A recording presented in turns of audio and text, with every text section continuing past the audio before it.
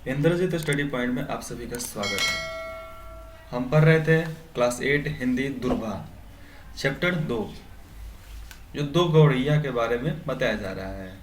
तो ये QR code scanner जो है आप इसे स्कैन करोगे तो इस चैप्टर के डिटेल्स आपको मिल जाएंगे। जैसे में आपको नोट्स मिल जाएगा, इसकी क्वेश्चन उत्तर और प्रश्न जो है प्रश्न का उत्तर मिल जाएगा, जो फिल इन द ब्लैंक्स है इसमें वो भी भरने के लिए उसमें मिल जाएगा। दूसरा पार्ट, चलिए आपने पहले की वीडियो तो देख ही चुके होंगे, जो है गुड़िया। दूसरा पढ़ते हैं, उससे पहले लाइक सब्सक्राइब कर लो। घर में हम 3 व्यक्ति रहते हैं, माँ, पिताजी और मैं। ठीक है, माँ, पिताजी और मैं। ये कविता लिखा किसने है? तो ये कविता लिखने वाले हैं, कहानी है जो ये दो गौड़ैया, ये कहानी है जिसको लिखे हैं भीष्म साहनी। तो उनके पिता, माता और वो एक घर में रहते थे, पर पिताजी कहते हैं कि यह घर सराया बना हुआ है। सराया मतलब ठहरने का जगह जहाँ गेस्ट रुकते हैं। हम तो जैसे यहाँ मेहमान हैं, घर के मालिक तो कोई दूसरे ही हैं। ये घर घर की बात है कहना। आंगन में आम का पेड़ है, तरह तरह के पक्षी उस पर डेरा डाले रहते हैं। जो भी पक्षी पहाड़ियों घाटियों पर से उड़ता हुआ दिल्ली पहुंचता है, पिताजी कहते हैं वही सीधा हमारे घर पहुंच जाता है, जैसे हमारे घर का पता लिखवा कर आया हो। डेरा मतलब रुकने का जगह। और जो भी पक्षी पहाड़ियों और घाटियों से उड़ के आते थे वो सीधे उनके घर पे आते थे, क्योंकि उनके आंगन में आम का पेड़ था और पक्षियों का आम का पेड़ बहुत पसंद आता है। तो इसलिए उनके दिमाग में फिट रहता है ये लोकेशन, जो भी है उनका दिमाग में एकदम बरकरार तरंगे के जैसा रहता है। वो कहीं भी हो, वो उस तरंग उस महक को सुनते सुनते वो आ जाते हैं। लेकिन आज आधुनिक युग में इतने ने टावर लग गए हैं कि ऐसे फ्रिक्वेंसी निकलते हैं जिससे चिड़िया सबका माइंड जो है, उसका मस्तिष्क वो खराब हो जा रहा है। वो उतना अचीव नहीं कर पा रहा है, समझ नहीं पा रहा है लोग अपना रास्ता, इसलिए भटक जाते हैं और टकरा कर मर जाते हैं। तो इसलिए आशा करते हैं कि आप लोग भी जो भी फ़ोन चलाते हो, फ़ोन का इस्तेमाल कम करो, क्योंकि इससे दूसरे जानवर को हानि पहुंचता है। यहाँ कभी तोते पहुंच जाते हैं तो कभी कौवे, कभी तरह तरह की गौड़ैया। गौड़ैया छोटी सी चिड़िया, फोटो दिख रही है ना आपको दो गौड़ैया की, वैसे ही दिखती है। वह शोर मचाता है कि कानों के पर्दे फट जाए। वो इतना शोर मचाती हैं चाय चाय करके, कानों के चदरा फट जाए, पर्दे फट जाए। पर लोग कहते हैं कि पक्षी गा रहे हैं। अब वो क्या जानेंगे, जो रोज झेलता है, रोज समझता है, वो न जानता है। लेकिन हाँ, सुबह की आवाज़, चिड़ियों की चहचहाहट की आवाज़ बहुत सारी बीमारियों को ख़त्म करने का जरिया है। तो बीमारियों को ख़त्म करना है, जड़ से ख़त्म करना है, तो अपने आप को खुश रखो। और जितने भी प्राकृतिक गाना है, चाहे जो भी है, चहचहाना, पानी का झरने का आवाज़, धूप का आवाज़, सबका आवाज़ सुनने से मन प्रफुल्लित होता है और बहुत सारी बीमारियों को दूर करता है शरीर से। घर के अंदर भी यही हालात है। विषयों तो चूहे बसते हैं, अब घर के अंदर भी बहुत सारे चूहे हैं। रात भर एक कमरे से दूसरे कमरे में भागते फिरते रहते हैं। वह धमा चौकड़ी मचती है कि हम लोग ठीक तरह से सो भी नहीं पाते हैं। धम्मा चौकड़ी मतलब कूद फान करना, उछल कूद करना।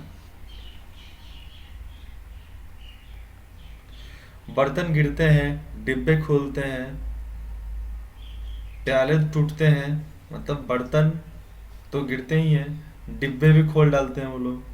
और प्याले, बहुत सारे ऐसे कप जो होते हैं, कप प्लेट जो गिरकर फूट जाते हैं, जो शीशा का हो, कचकाड़े का हो, वो फूट जाता है। एक चूहा अंगीठी के पीछे बैठना पसंद करता है। अंगीठी मतलब, सोचो सोचो, अंगीठी मतलब आग रखने का बर्तन। तो जहाँ आग रखने का बर्तन होता है उसे वही पसंद आता है।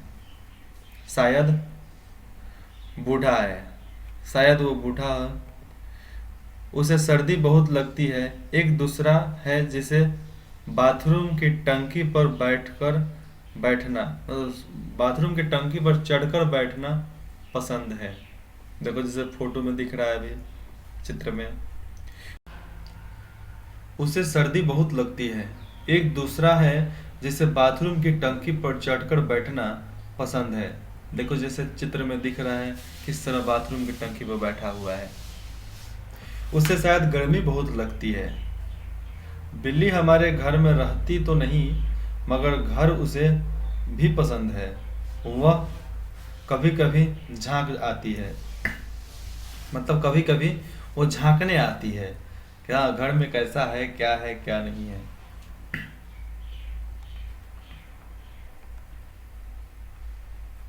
मन आया तो अंदर आकर दूध पी गई, न मन आया तो बाहर से ही फिर आऊंगी, फिर आऊंगी कहकर चली जाती है।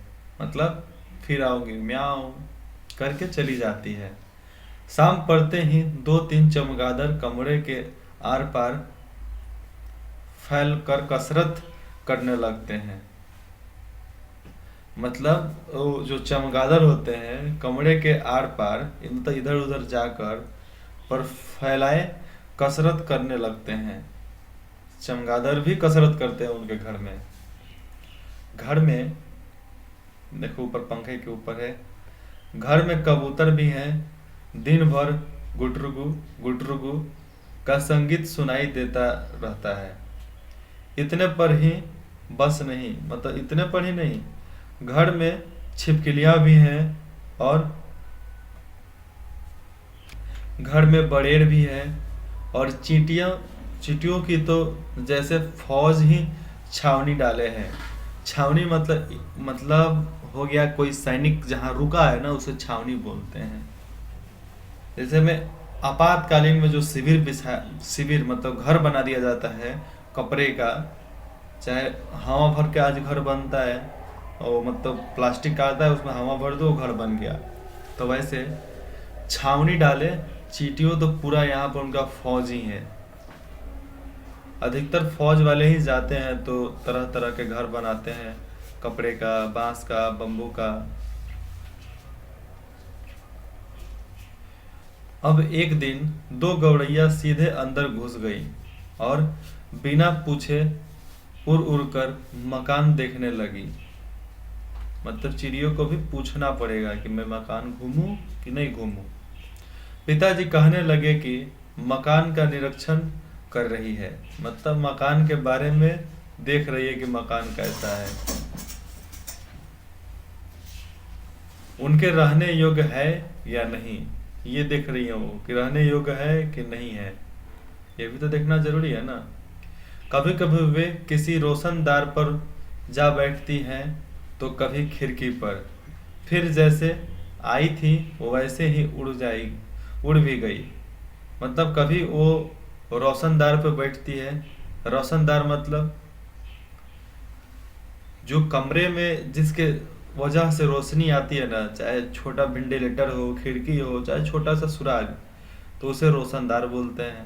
रोशनदार मतलब दिया मत समझ लेना, लेकिन दिया रखने के लिए एक जगह छोड़ते हैं कमरे में, उसको भी रोशनदार बोलते हैं। तो कभी खिड़की पर बैठेगी, फिर जैसे आई थी वैसे चली जाएगी।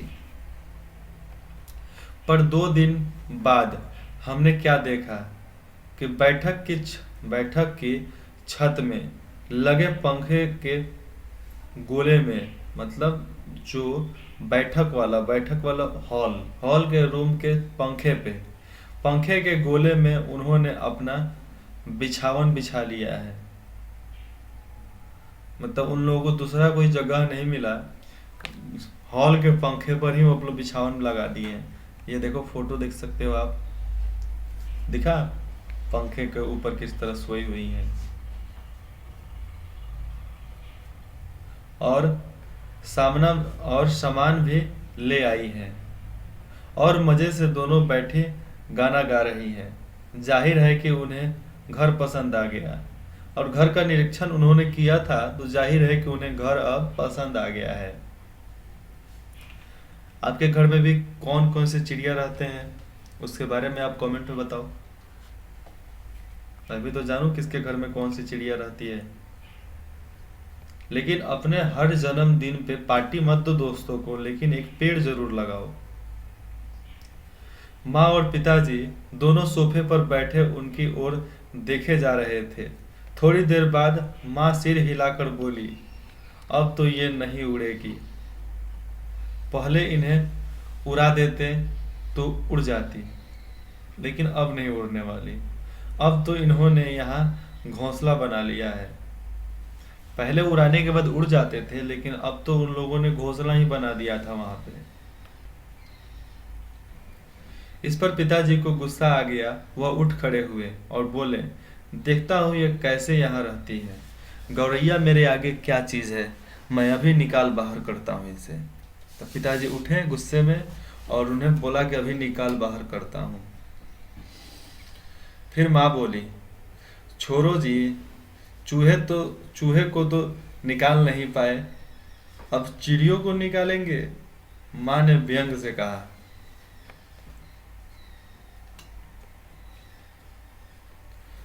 माँ कोई बात व्यंग में कहे माँ कोई बात व्यंग में कहे तो पिताजी उबल पड़ते हैं, मतलब एकदम आग बबूले हो जाते हैं। वह समझते हैं कि माँ उनका मजाक उड़ा रही है।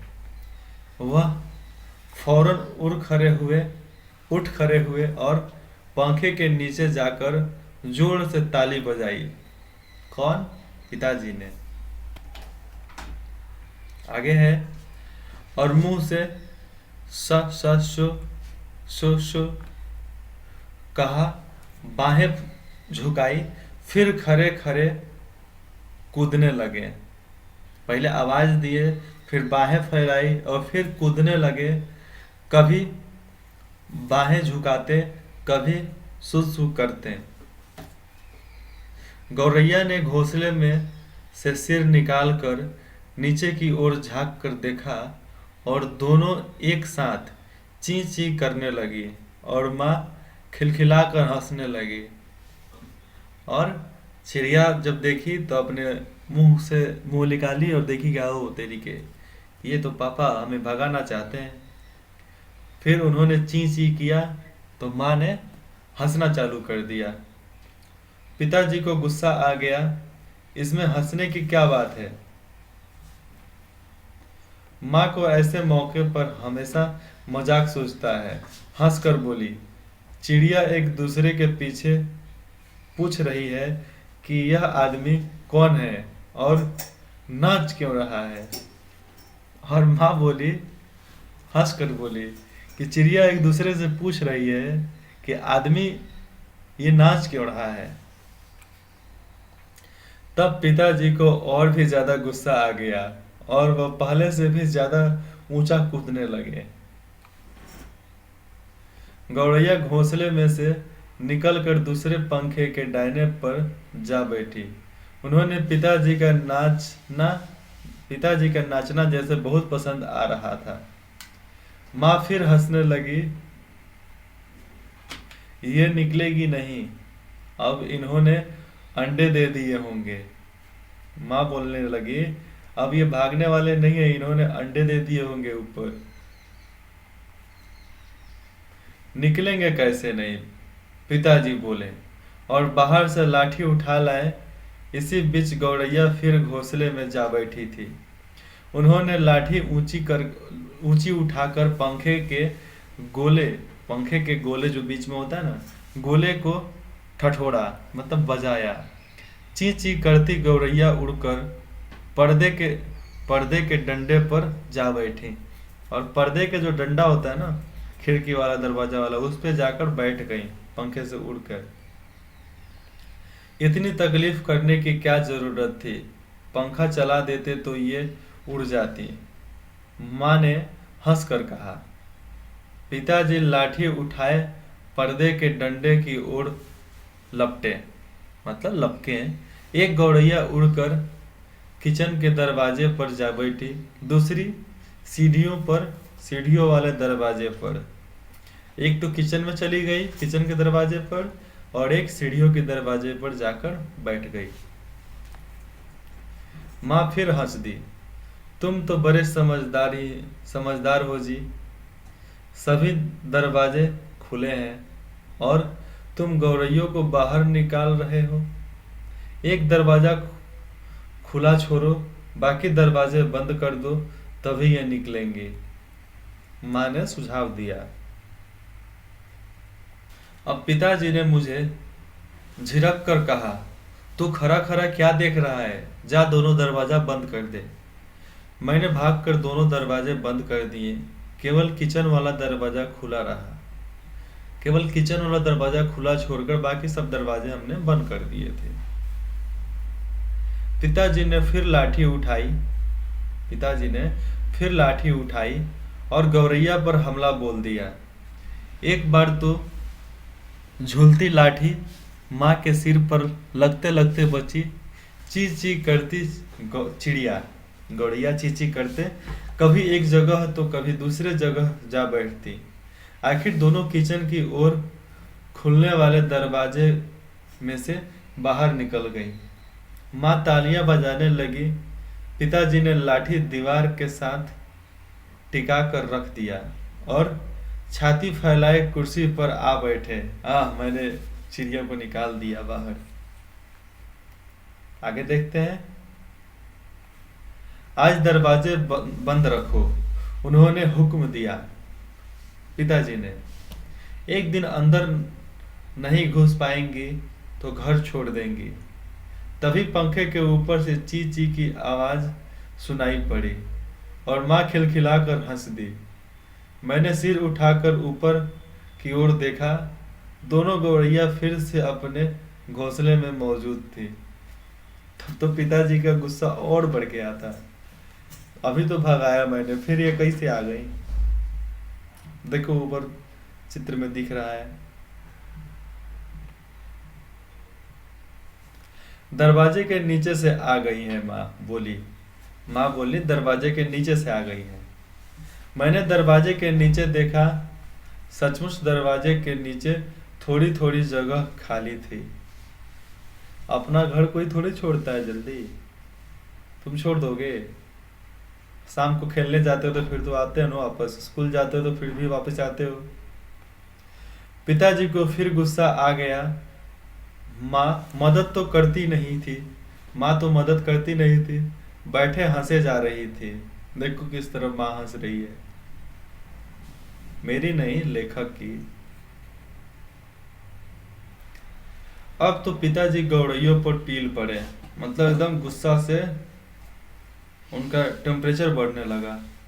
उन्होंने दरवाजे के नीचे कपड़े ठूंस दिए ताकि कहीं कोई छेद बचा नहीं रह जाए, और फिर लाठी झुलाते हुए उन पर टूट पड़े। चिड़िया ची ची करते फिर बाहर निकल गई, पर थोड़ी ही देर बाद वे फिर कमरे में मौजूद थी। अब की बार वे रोशनदार में से आ गई थी, जिसका एक शीशा टूटा हुआ था। अब रोशनदार का मतलब यहाँ पर वेंटिलेटर, भिंडी वाला लेटर नहीं, कमरे में एक छोटा सा जगह होता है जहाँ से रोशनी आने के लिए छोड़ा जाता है, उसको वेंटिलेटर बोलते हैं। और वेंटिलेटर हो गया जो अस्पताल में मरने वाला है उसको लगता है।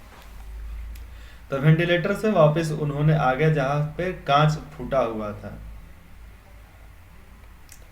देखो जी, चिड़िया तो मत निकालो। और माँ बोली, देखो जी, चिड़िया तो मत निकालो। माँ ने अब की बार गंभीरता से कहा, अब तो इन्होंने अंडे भी दे दिए होंगे, अब ये यहाँ से नहीं जाएंगी। क्या मतलब, मैं कालीन बर्बाद करवा लूं? पिताजी बोले और कुर्सी पर चढ़कर रोशनदार में कपड़ा ठूंस दिया और फिर लाठी झुलाकर एक बार फिर चिड़ियों को खदेड़ दिया। दोनों पिछले आंगन की दीवार पर जा बैठी और दोनों जाके आंगन के दीवार पे, पीछे के दीवार पे जाकर बैठ गई थी। इतने में रात पड़ गई। हम खाना खाकर ऊपर जाकर सो गए। जाने से पहले मैंने आंगन में झांक कर देखा, चिड़िया वहां पर नहीं थी। मैंने समझ लिया कि उन्हें अकल आ गई होगी, अपनी हार मानकर किसी दूसरे जगह चली गई होंगी।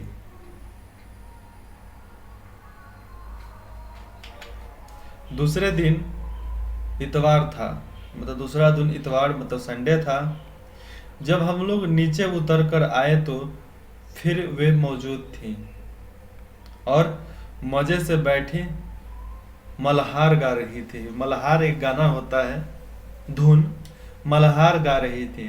पिताजी ने फिर लाठी उठा ली। उस दिन उन्होंने गौरैया को बाहर निकालने में बहुत देर नहीं लगाई। लाठी उठाया और उन्हें बाहर निकाला। अब तो रोज यही कुछ होने लगा। पिताजी बाहर निकालते और फिर आ जाती। दिन में तो वे बाहर निकाल दी जाती, पर रात के वक्त जब हम सो रहे होते तो न जाने किस रास्ते से वे अंदर घुस आती। पिताजी परेशान हो उठे। आखिर कोई कहाँ तक लाठी झुला सकता है। परेशान हो गए, आखिर कोई कहाँ तक लाठी झुला सकता है। पिताजी बार बार कहे, मैं हार मानने वाला आदमी नहीं हूं। पर आखिर वह भी तंग आ गए थे। आखिर जब उनकी सहनशीलता झुक गई तो वह कहने लगे कि वह गौरैयों का घोंसला नोच कर निकाल देंगे। अब वो चिड़िया का जो घोंसला था उसे वो नोच कर निकाल देंगे, ये उन्होंने कहने लगा। पिताजी कहें, ठीक है। और वह फौरन ही बाहर से एक स्टूल लाए, चढ़े और घोंसला तोड़ना कठिन काम नहीं था। घोंसला तोड़ना कठिन काम नहीं था। उन्होंने पंखे के नीचे फर्श पर स्टूल रखा और लाठी लेकर स्टूल पर चढ़ गए। किसी को सचमुच बाहर निकालना हो तो उसका घर तोड़ देना चाहिए, उन्होंने गुस्से से कहा।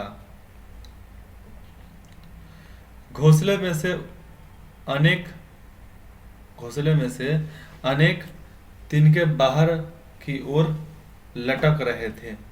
तिनका, जो एक एक तिनका को जोड़कर घर बनाते हैं चिड़िया लोग, तो एक एक तिनका लटक रहे थे। गौरैयों ने सजावट के लिए मानो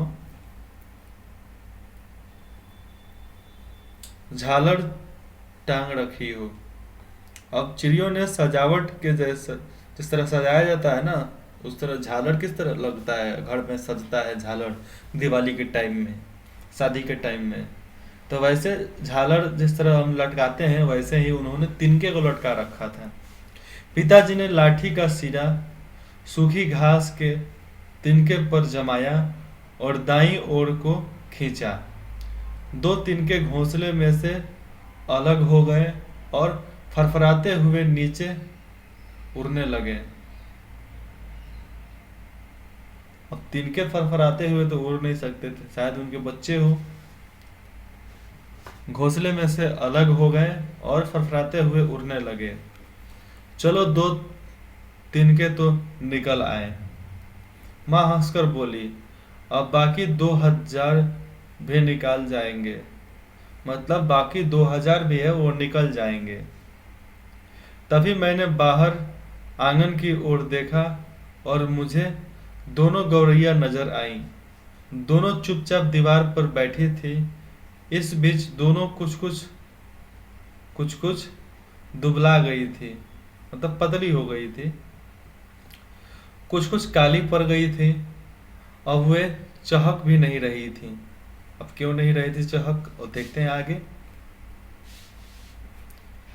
अब पिताजी लाठी का सिरा घास के तिनकों के ऊपर रख कर वहीं खड़े घूमने लगे। इससे घोंसले के लंबे लंबे तिनके लाठी के सिरे के साथ लिपटने लगे। वे लिपटते गए और घोंसला लाठी के इर्द गिर्द खींचता चला जाने लगा। फिर वह खींच खींच कर लाठी के सिरे के इर्द गिर्द इधर उधर लपेटा जाने लगा। सूखी घास और रुई के फाहे और धागे और थिगलियां लाठी के सिरे पर लिपटने लगी। तभी सहसा जोर की आवाज लगाई, ची ची ची ची। सहसा चिड़िया होगी कहीं। जोर से आवाज लगाई, ची ची ची ची। पिताजी के हाथ ठिठक गए। पिताजी के हाथ ठिठक गए मतलब रुक गए। ठीक है, यहाँ पे देखते हैं उसका मतलब ठिठक गए, ठिठक गए, ठिठक गए। ठिठक गए का मतलब इसमें नहीं दिया गया है, मतलब उनके हाथ रुक गए। ठीक है, ची ची ची। फिर आवाज आई। मैंने ऊपर देखा। पंखे के गोले के ऊपर से नन्हे नन्हे गौरैया सिर निकाले नाचे मतलब नीचे की ओर देख रही थी और ची ची किए जा रही थी। अभी भी पिताजी के हाथ में लाठी थी और उस पर लिपटा घोंसले का बहुत सा हिस्सा था। नन्हे नन्हे दो गौरैया वे अभी भी झाके जा रही थी और ची ची करके मानो अपना परिचय दे रही थी। हम आ गए हैं, हमारे माँ बाप कहाँ हैं? हम आ गए हैं, हमारे माँ बाप कहाँ हैं? वो पूछ रहे थे, ऐसा उन्हें लगा।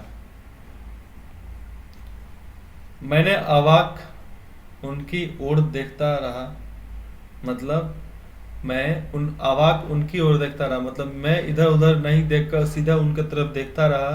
फिर मैंने देखा पिताजी स्टूल पर से नीचे उतर आए और घोंसले के तिनके में से लाठी निकालकर उन्होंने लाठी को एक ओर रख दिया और चुपचाप कुर्सी पर आकर बैठ गए।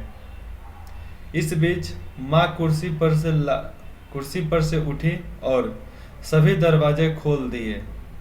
नन्हे चिड़िया अभी भी हाँफ हाँफ कर चिल्लाए जा रही थी और अपने माँ बाप को बुला रही थी। उनके माँ बाप झट से उड़कर अंदर आ गए और ची ची करते उनसे जा मिले और उनकी नन्हे नन्हे चोंचों में चुग्गा डालने लगे। चुग्गा मतलब दाने डालने लगे। चुग्गा डालने लगे। माँ, पिताजी और मैं उनकी ओर देखते रह गए। कमरे में फिर से शोर होने लगा था, पर अब की बार पिताजी उनकी ओर देख देख कर केवल मुस्कुराते रहे। तो ये कविता लिखने वाले हैं भीष्म साहनी, ठीक है, जो इनमें बालक का रोल करते हैं। उसके बाद है ये हमारा शब्दार्थ। आप शब्दार्थ जरूर याद कर लेना। और ये क्वेश्चन है पाठ से, ठीक है। दोनों गौरैया को पिताजी अब घर से बाहर निकालने की कोशिश कर रहे थे। इन सब के बारे में आप अपने पेरेंट्स से पूछो, टीचर से पूछो, और नहीं तो QR कोड स्कैनर जो है उसको स्कैन करो और आपको मालूम चलेगा। और इस बुक का लिंक डिस्क्रिप्शन में दिया गया है। आप उस एप्लीकेशन को डाउनलोड करो, अपने बुक पे जाओ और उसे देख सकते हो। और आपको एक और बता दूं, आप YouTube पर जाओ, YouTube पर सर्च करो इंद्रजीत स्टडी पॉइंट। देखो मैं सर्च करके दिखाता हूँ।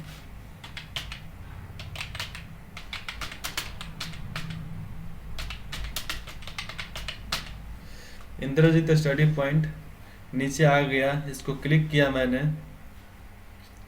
ये वाली फोटो यहाँ से ओपन करो। ओपन करने के बाद ये देखो वीडियो लिस्ट आ गए। यहाँ पर आपको बहुत सारे वीडियो मिल जाएंगे पढ़ाई के लिए। प्लेलिस्ट में जाओ, क्लास 8 का Cambridge English translation, driving licence test, और उसके बाद से जियोग्राफी फ्रेज भी मिलेंगे यहाँ पे। तो चलो मिलते हैं फिर अगले पार्ट में। तब तक अपना ख्याल रखना और अगले पार्ट में ज़रूर मिलना। ओके।